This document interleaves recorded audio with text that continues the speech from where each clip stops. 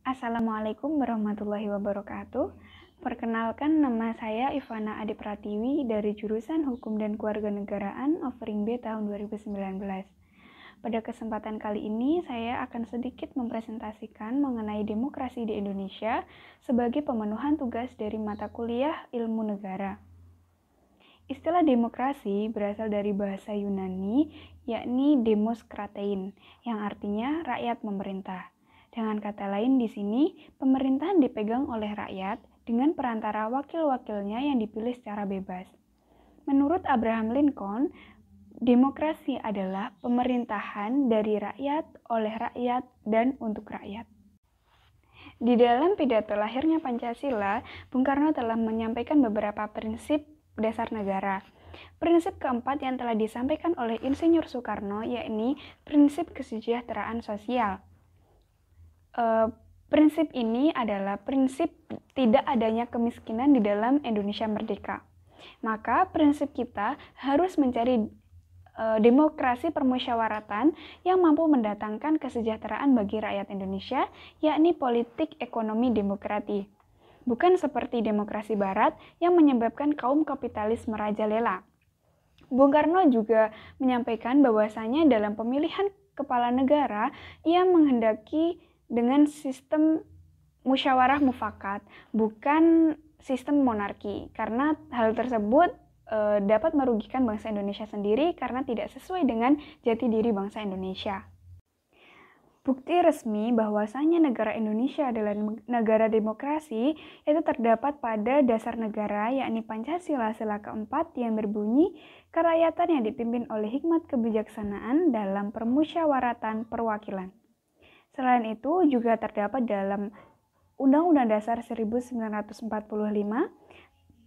Pasal 1 ayat 2 yang berbunyi kedaulatan berada di tangan rakyat dan dilaksanakan menurut Undang-Undang Dasar. Dan pada awal berdirinya negara Indonesia, demokrasi di Indonesia belum dapat dijalankan sesuai dengan apa yang diinginkan oleh bangsa Indonesia. Hal ini dikarenakan negara Indonesia masih di bawah bayang-bayang Belanda yang ingin menguasai kembali bangsa Indonesia. Revolusi fisik masih berlangsung hingga tahun 1950, juga masih dominannya sentralisasi kekuasaan. Selanjutnya, para ahli telah membagi perkembangan demokrasi di Indonesia menjadi 4 tahapan. Tahapan yang pertama yaitu demokrasi parlementer atau demokrasi liberal yang terjadi mulai dari tahun 1950 hingga tahun 1959. Pada saat itu, konstitusi yang berlaku di Indonesia adalah Undang-Undang Dasar Sementara tahun 1950.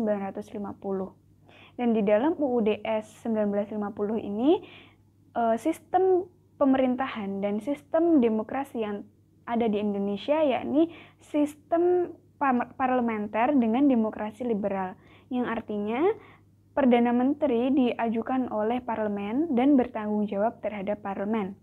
Di sini, kepala pemerintahan dipegang oleh Perdana Menteri, sedangkan presiden hanya sebagai kepala negara saja.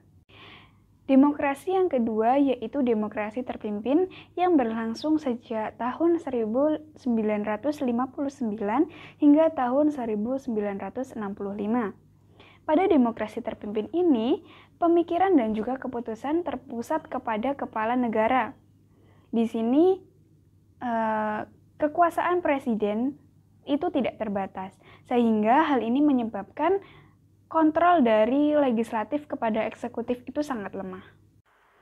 Selanjutnya, yang ketiga yaitu demokrasi Pancasila era Orde Baru yang berlangsung sejak tahun 1966 hingga tahun 1998. Pemerintahan ini di awal bertekad untuk menjalankan Pancasila secara murni dan konsekuen di dalam pemerintahan. Namun ternyata penyebab dari runtuhnya masa Orde Baru ini dikarenakan penyimpangan-penyimpangan terhadap Pancasila itu sendiri. Demokrasi keempat atau demokrasi yang terakhir yaitu demokrasi Pancasila era reformasi yang berlangsung sejak runtuhnya demokrasi Pancasila era Orde Baru yaitu tahun 1998 hingga sekarang. Demokrasi Pancasila era reformasi ini dianggap sebagai demokrasi versi baru atau demokrasi penyempurnaan dari demokrasi Pancasila era Orde Baru yang lalu. Demokrasi Pancasila ini dianggap sebagai demokrasi perwujudan kerakyatan yang dipimpin oleh hikmat kebijaksanaan dengan dijiwai oleh semangat ketuhanan yang Maha Esa, kemanusiaan yang adil dan beradab, persatuan Indonesia, dan keadilan sosial bagi seluruh rakyat Indonesia. Mungkin itu saja yang dapat saya sampaikan. Ada kurang lebihnya saya mohon maaf. Wassalamualaikum warahmatullahi wabarakatuh.